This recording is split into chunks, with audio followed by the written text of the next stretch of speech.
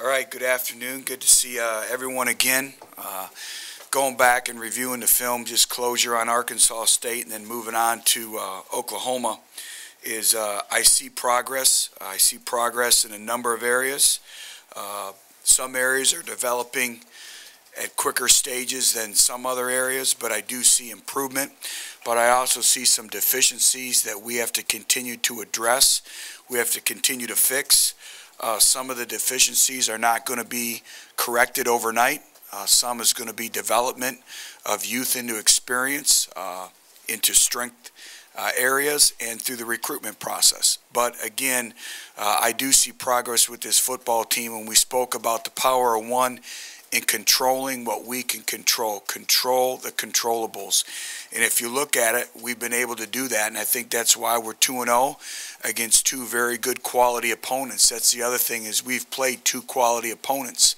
But when you look at one turnover in 2 games, when you look at 2 penalties last week, our red zone efficiency, our third down efficiency, both offensively and defensively, the ability to not kick field goals in the red zone but score touchdown. You look at substitutions, and that's a big part of it with all the different matching of personnel that goes on in the world of football. I think they've done a great job with that, so I've been encouraged by that. But like I spoke in the conclusion of the game Saturday, is we need more individuals to step up, take an ownership with a role on this football team, and it starts again with special teams. We have too many players playing too many snaps right now.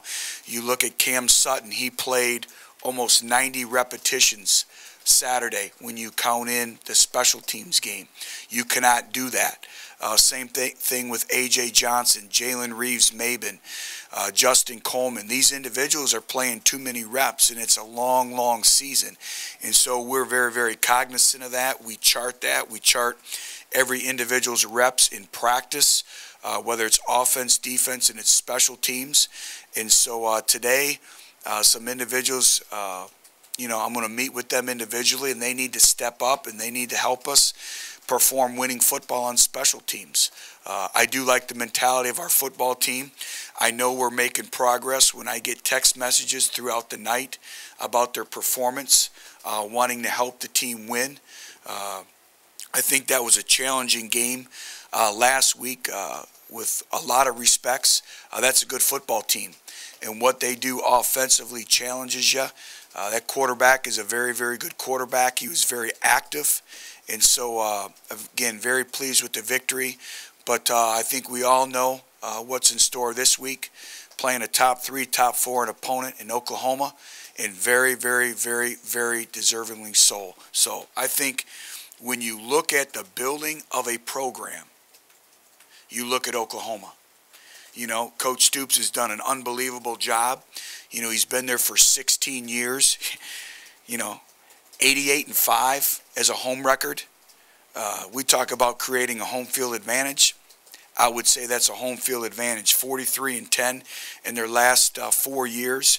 But when you look at their football team, you see redshirt senior, junior, redshirt junior. You see a veteran group that they've been able to been raised through their program, through their culture, through the expectations of what it takes to play in that football program.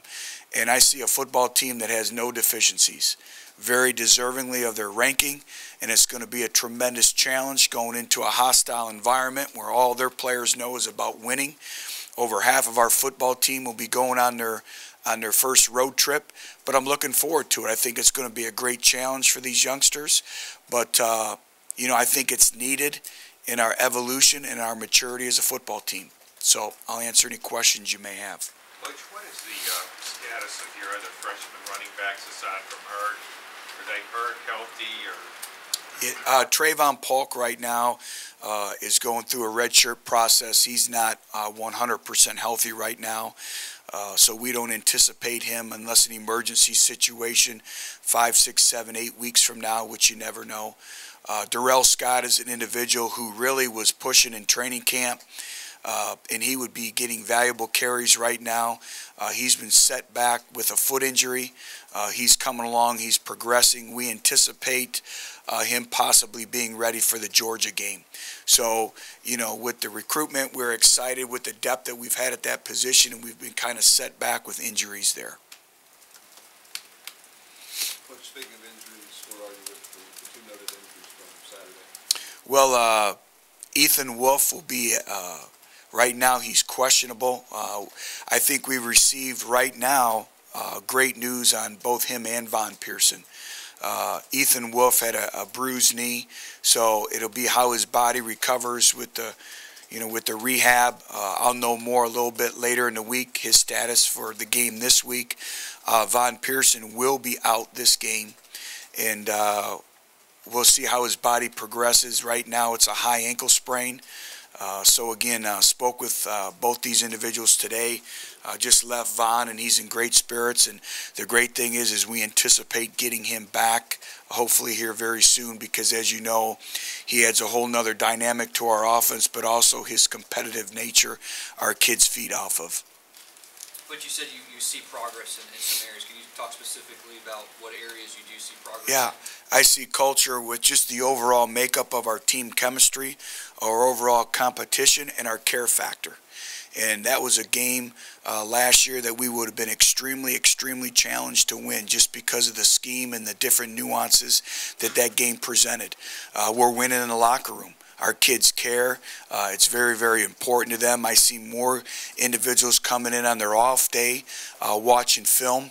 I see players taking accountability with power of the position of coming in. I think our team speed is not even close to where we were last year at this stage of the game. But again, it's not where we need it to be in terms of to compete at a high level like the Oklahomas. And so again, you improve team speed through the recruitment process. But you know, again, it's exciting. These players want to do well, and they hang on every word that you say. They do the extra film study. They're taking care of their bodies. Now it's just fundamental improvement. It's getting bigger. It's getting stronger. And that stuff doesn't happen overnight. You know, I'm a big believer in style of play. Great teams have their own style of play that's only unique to them. We haven't developed a uniqueness yet that's only common to Tennessee football right now. And everywhere we've been, that uniqueness has been effort, it's been toughness, it's been strain, and it's been fundamentals and fine details of what it takes to play winning football. We're getting there yet, but we're nowhere where we need to be. But I see us making progress, and it's extremely hard because you're in an instant gratification society. I want it as fast and right now as much as anybody. It drives me every day. But there's some things it takes time. It's a process. And we always talk about focus on the process. We're going through the process of building this football team right now. And I think we also expect to win. I think that's the other thing. And not to interrupt you guys, but I think that's also important too, is earning the right to win, investing in victory, not just showing up on Saturday excited for the Vol Walk and hoping to win. It's investing to win. It's expecting to win. And our players expect to win. What have you been able to gather through training camp and through these first two games about your team's ability to handle adversity? Well, I thought we had a little bit of it Saturday with the elements. It was over 100 degrees temperature on the field, and I just spoke about a lot of players had to play a lot of snaps. You know, they had some momentum. It was 17-12. They cut into it.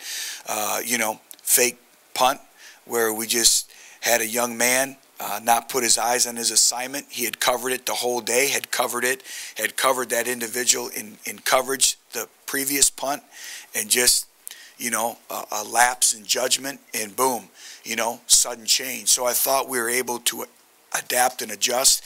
Now, obviously, we'll find out how we've been prepared when we go on the road in Norman. You know, they have a tremendous home field advantage now, playing in front of crowd, a different crowd noise, a different venue, a different hotel, so everything will be new. But you try to prepare, but you really don't know until you're really faced with that adversity face to face. Coach, what can you guys do, or will you do anything in practice to help prepare your guys for that hostile environment? Well, we always practice with crowd noise, you know, and the distracting noises, which you all have come very accustomed to and like. John looks forward to it every week. So, we'll continue to do that. And I think it's just trying to create a mindset. The game is still played, on the green grass between the white lines. And it comes down to fundamentals. It comes down to execution. It comes down to toughness. And it's a great challenge. But again, it's being able to block out the clutter and distractions that road games bring about. I think a third of our football team will be flying for the first time ever. So there's, another thing. And again, control the controllables. That's the thing that matters with this football team. What do you see from Trevor Knight early on, and how can your defense limit his success? Well, it's going to be a challenge to limit his success because Trevor does so much for their football team. Not only managing the game, he's making good decisions with the football, but he's extremely athletic. He had a couple running touchdowns. He can make people miss in space, and he can throw the football. And they like to push the football down the field. They like to throw perimeter screens, get you running. Very, very imposing offensive line. I've been told it'll be one of the largest NFL lines, or one of the largest lines in the National Football League. They're big, and they're well coached. Billy Beanbo's a very good friend of mine, their offensive line coach. Worked with him way back in the day at Central Michigan. Have a lot of respect for him and what he does, and just an overall respect for their program. You can see where these players are the byproduct of being in that football program for a number of years. Their balance on offense, it seems to have an equal number of passes and runs, a few different guys running the ball. Just how difficult is that? Well, it's very difficult. They do a great job of balance. And also within that balance, their scheme presents you problems because all of a sudden they go from an internal run to a play action deep post to all of a sudden a perimeter screen. And then you couple that with their athletes and their tempo and their size, it's a great challenge. Butch, what about that Belldozer package they use? Have they used that this year? And is it something you'll have to look at in preparation? Well, we'll look at it. Obviously the quarterback is playing tight end now. That was involved in that package, but we always know that it's in their arsenal, and we'll be ready for it. You mentioned last week you weren't happy with your running game. How are you feeling today after 2 games? Small improvement. Small improvements incrementally, inch by inch. Again, we were forced to run the football a number of times, particularly late in the game versus 8 and a 9-man box. That's very challenging to do. I think Jalen Hurd continues to progress and get better and better. Again, tough yards. There was one run where, we got him to the perimeter of the defense. Now you have to earn your scholarship and make an individual miss in space, and those are all teaching opportunities. We have to get Marlon Lane going. I think Marlon's been a little hesitant. And, the great running backs, they get 4 yards first, and then the big plays come after that. But again, just consistency, and trying to find the right 5 guys to work together as well with our mentality and everything that we're doing. So again, we're going through an evolution right now. You guys have obviously played a bunch of receivers, but how does losing Vaughn shake things up? Well, the great thing is that's one position where we do have some depth, but anytime you take an individual with the likes of Von Pearson out of your lineup, that's a setback for you. And not just what he's been able to do on the field, but in the locker room. Like I said, he's extremely competitive. His competitive makeup reminds me a lot, not to the Antonio Brown type yet, but a little bit of that. Loves football, needs it in his life, has a smile on his face every day. You can't get him down. So I think we'll miss that as much as his playmaking ability as well. But it is a setback for us offensively. But the way I look at it is it's another individual's opportunity to step up. It's more reps for Josh Malone. It's more reps for Josh Smith. It's more reps for Jason Kroom. Alton Howard. All these individuals, their reps are going to increase because of it. And, maybe even Vic Wharton if we get him back healthy. So again, it's an opportunity when you have competition across the board. When one individual goes down, it also serves as an opportunity for the next person to come in. Butch, how would you evaluate the physicality of your offensive and defensive lines? Work in progress. Again, I think you know me, and we want to play physical and we want to play tough. I think we've shown it at times, but I think also that's a direct correlation to where we're at with our strength levels. Half these guys were playing high school football last year, And will we be more physical a year from now, 2 years from now, just a byproduct of the strength and conditioning? Yes. But it's not where we need it to be. But I see us improving on it. We coach it on every snap. Some of it, again, is a byproduct of just overall explosiveness and strength. But they're giving us everything that they have. We need to continue to extract every ounce of value that every player can have on his football team. That's why I'm so adamant about having role players on special teams and excelling in their role, starring in their role, and embracing in their role. But also roles change as the evolution of a football season goes on because of injuries as well. What about along the offensive front? How fluid is that situation? Will you have a battle at the left tackle? Yeah, we'll have a battle. We're going to continue to mix it around. You know, we're going to look at Coleman Thomas a little bit more, possibly at right tackle. You may see Kyle Kerbison going to left tackle a little bit. Dontavius Blair, we're going to ask him to play left tackle. Boy, all of a sudden the typing picked up. All right, we got some stimulation in here. You know, you'll see players moving around. It's the first, Jimmy just woke up. So it's the first time that, you know, you'll see mixes within the offensive front. And again, it's finding the right 5 individuals that have a mindset, a mentality to protect the passer, run the football, and finish blocks. Does it worry you to move Kerbison around since he's technically already playing out of position anyway? No, because we did this in spring football, and we also did it in training camp. And really, left tackle, right tackle, you know, it's really the same thing. It's just left and right, and he's been able to do that. And I'm not saying he will be our left tackle, but I'm saying he'll gain repetitions there, you know, along with Kendrick and along with Blair as well. But we have to, as we continue to evolve, we need to find the best 5 players that fit us. Well, they're not there mentally. Physically, do they have the mental mindset that you're looking for up front on the offensive line? I'm sorry, who? Just the unit as a whole. Yeah, I like their mentality. It's important to them. And, you know, again, so much, again, is the power of the position. And it's every position group taking accountability to have everyone in that room play to their fullest potential. And the reputation of one reflects on all. All wrong, you know, one wrong, all wrong. And it's 1 out of 11. But up there, it's 1 out of 5, and 5 for 5 in depth. So again, they come in all the time. They're very prideful. They understand the standards and expectations, and I like that group. Do you feel like you guys are deep enough on the D-line in your rotation right now? It seems like you guys are sticking with 6 or 7 guys. Do you feel like you need to get Hendricks in there earlier, LaTroy, some of those guys? We need to continue to grow and develop that depth. Usually you want to be about 10 deep. You know, and we haven't been afforded that luxury. And I spoke about it earlier in the year, is each individual will develop differently. Michael Sawyers will continue to develop.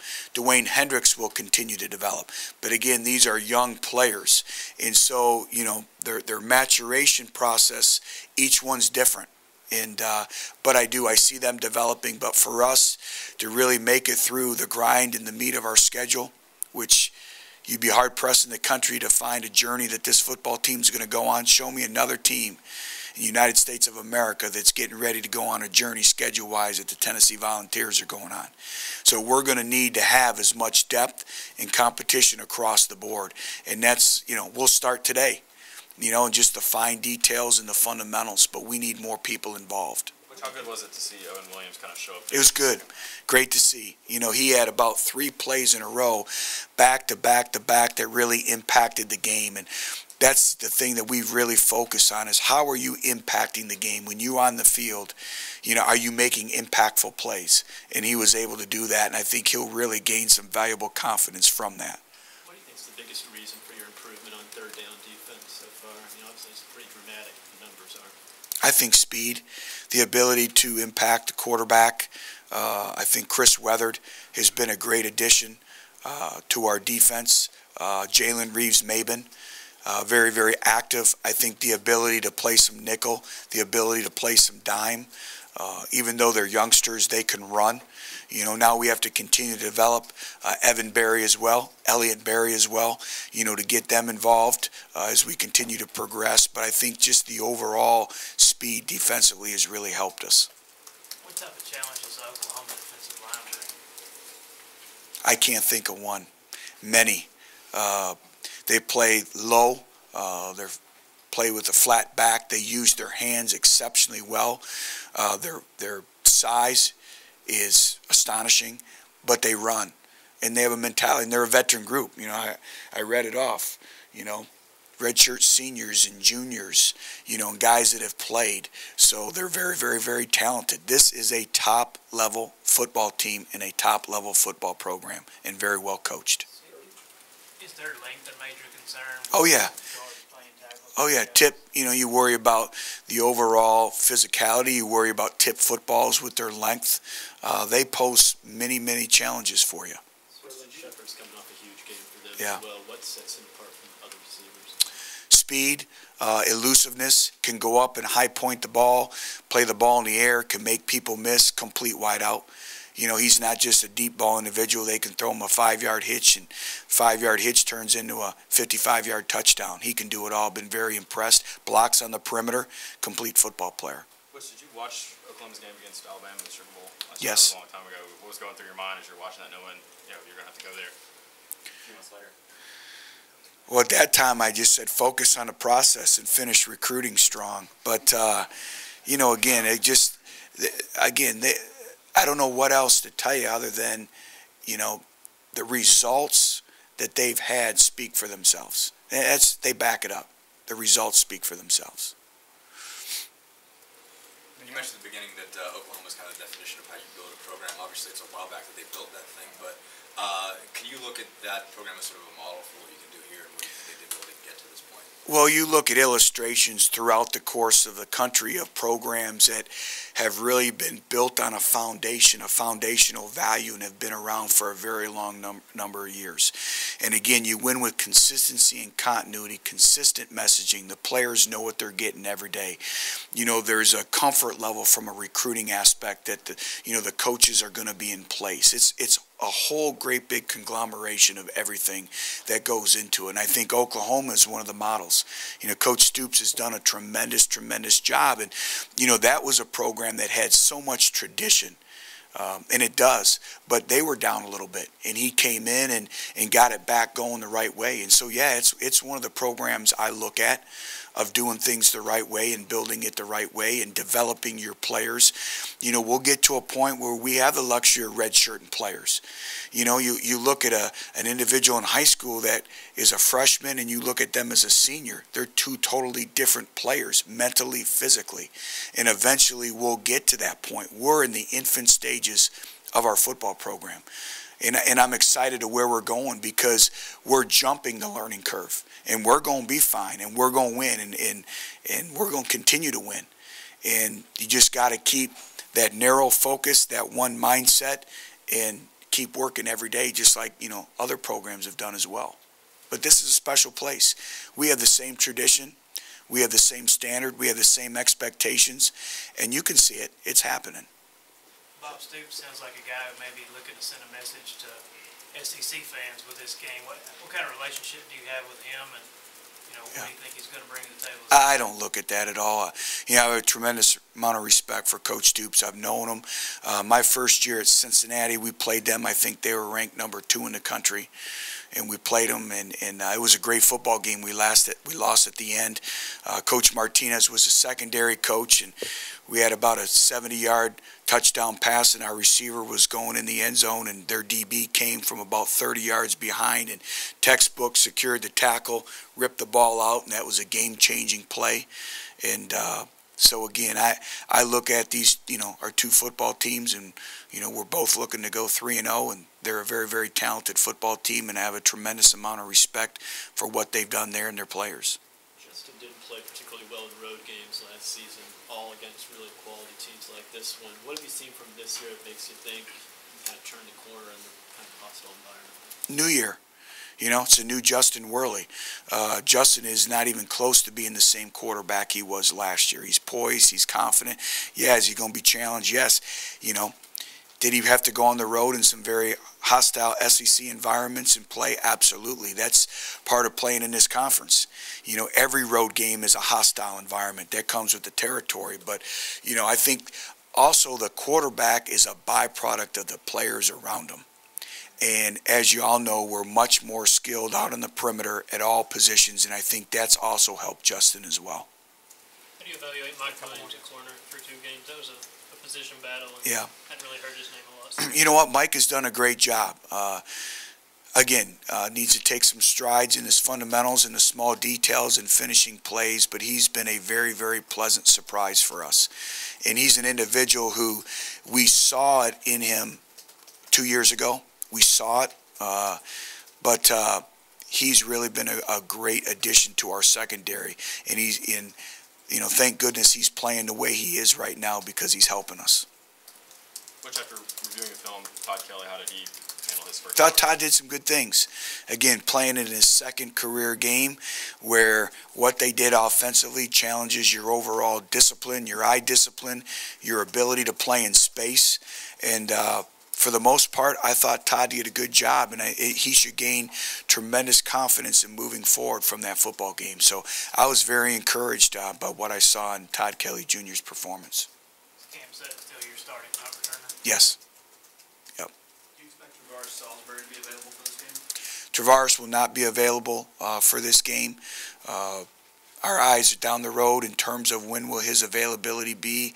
It could be Georgia, it could be Florida, probably that's the earliest, but again, he's still going through recovery right now. Thanks, everyone. Okay, thank you.